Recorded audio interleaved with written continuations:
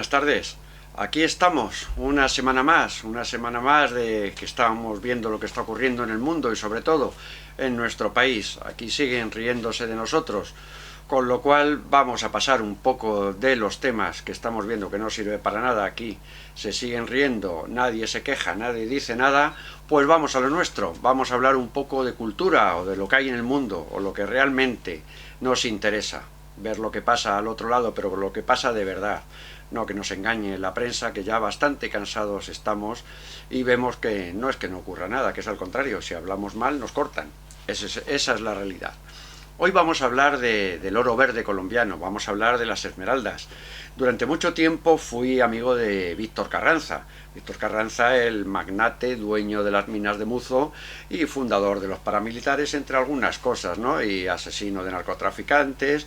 Pues bueno, una vida, quieras que no, poco aburrida tuvo don Víctor también.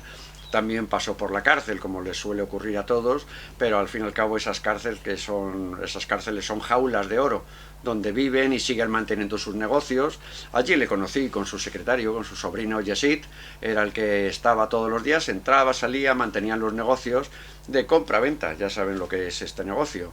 La esmeralda es una de las piedras preciosas, o no le llaman, la califican como preciosa, porque no se valora en quilates como el diamante. Sabes que el precio del quilate es tanto y tanto vale la piedra, o la pureza o la limpieza que tengan, ¿no? Que por supuesto, hablamos del mercado del diamante, hablamos del mercado que manejan los judíos en todo el mundo. Solo hay que ir a Ámsterdam y ahí puedes ver cómo se mueven en Amberes o en Ámsterdam, cómo se mueven los mercados del diamante.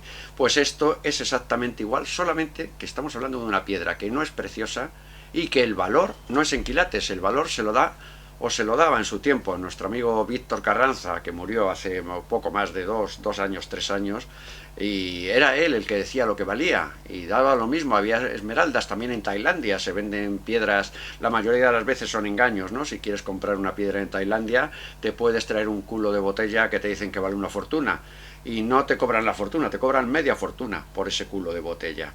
Pero lo que ocurrió en Colombia es muy diferente, montañas completas que eran de esmeraldas, que los caballos no podían caminar porque se clavaban las esmeraldas en las herraduras, como ocurrió también en Potosí con la plata, ¿no? Cuando aquella famosa montaña de plata en Bolivia, dicen, ¿cómo lo descubrieron que estaba la montaña llena de plata?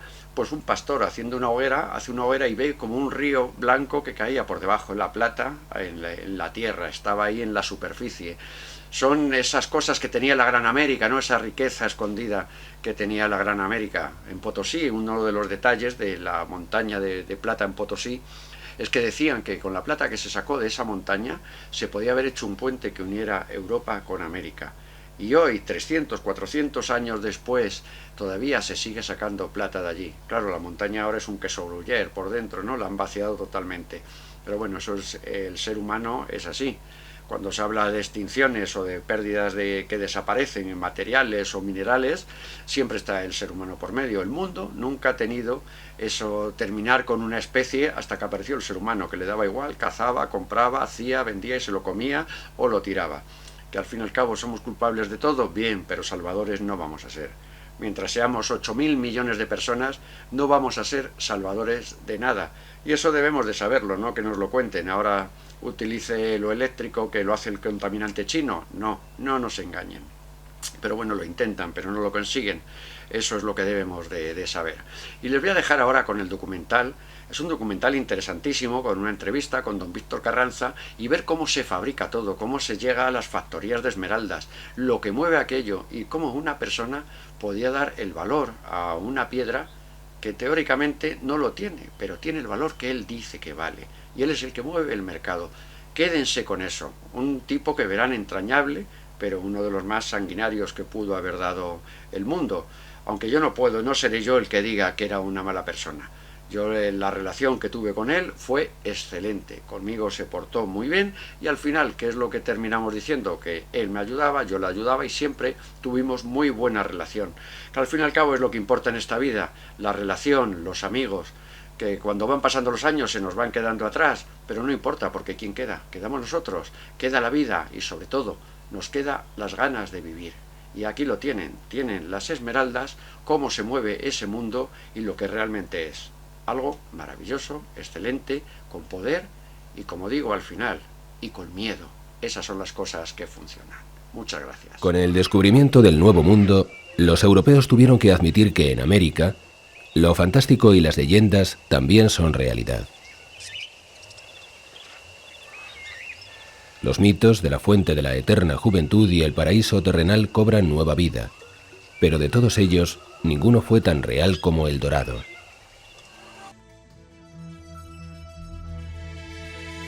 Pero hoy en día existe un nuevo dorado en Colombia.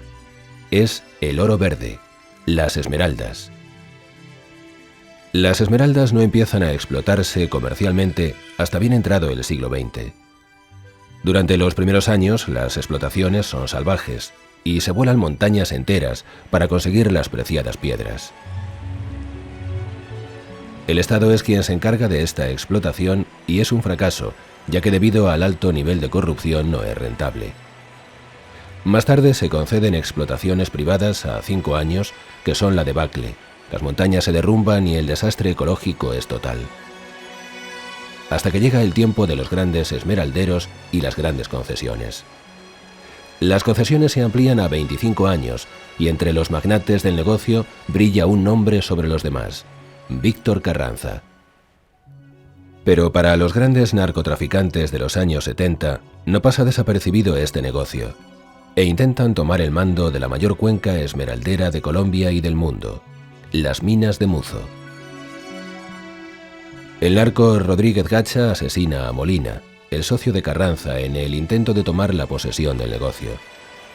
Pero Carranza reacciona y mantiene la propiedad, creando un ejército armado, por el que fue acusado y estuvo en prisión preventiva durante años, imputado de fundar las fuerzas paramilitares en Colombia.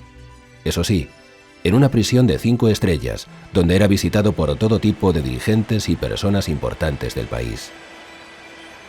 Hoy en día es una de las personas más buscadas de su país, pues es uno de los individuos más importantes de Colombia, siendo uno de los mayores terratenientes. Un temor totalmente justificado a un hombre al que conseguimos entrevistar después de 1000 problemas y que tras su aspecto amable y de camarada, esconde a una de las personas más duras que hayamos podido conocer jamás.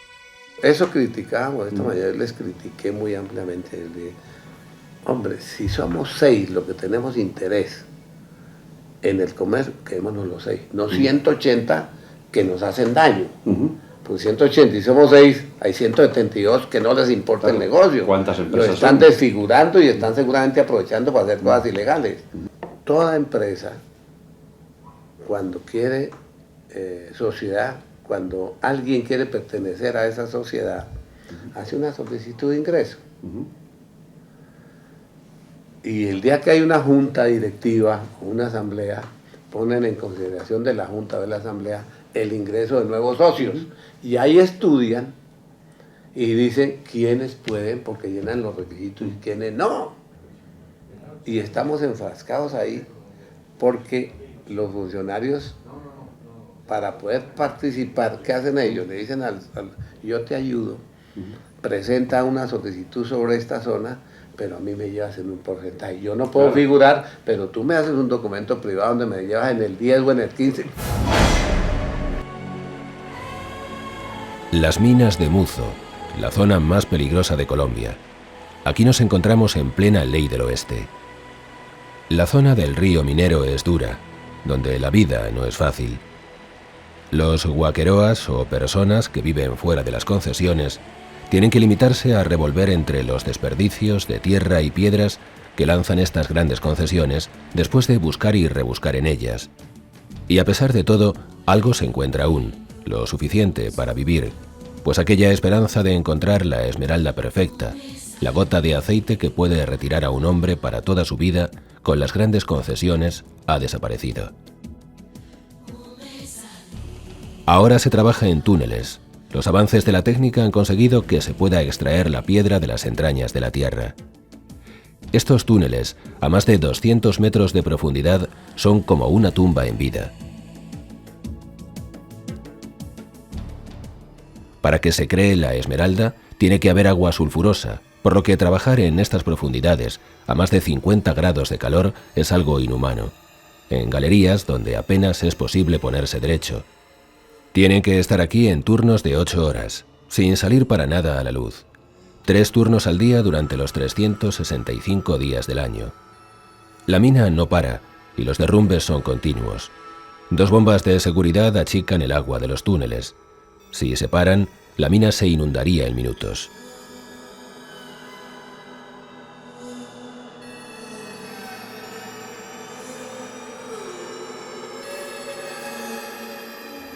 Estamos en uno de los trabajos más duros y peligrosos del planeta y por su profundidad y cercanía nos parece estar en la boca del infierno.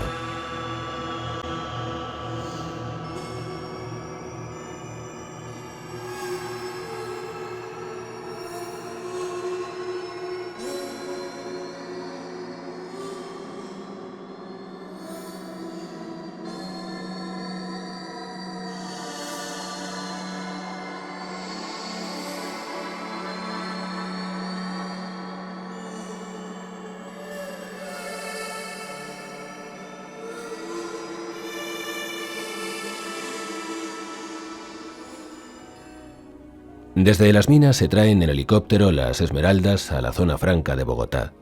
Aquí se procesan y eligen. Como nos comentan, la esmeralda, al contrario que el diamante, que tiene un valor por quilate, no tiene un precio fijo de mercado. El precio lo pone Don Víctor, que como mayor esmeraldero del mundo controla el valor de las transacciones.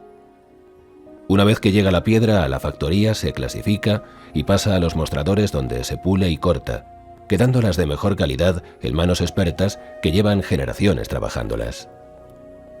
En la factoría no solo se manufacturan las piedras de sus concesiones, pues muchos huaqueros o gentes de pequeñas concesiones tienen que venir aquí para poder venderlas. Todo debe ser supervisado antes de que nada salga al mercado libre. El control absoluto del negocio es lo que les da la seguridad de continuidad y avance en el mismo. El resultado final son las preciosas joyas que podemos ver y muy poca gente pagar, pero es el precio de una pieza única y que muchas veces, detrás de esa gran piedra engarzada, se encuentra una oscura historia de pasiones, miserias y violencia.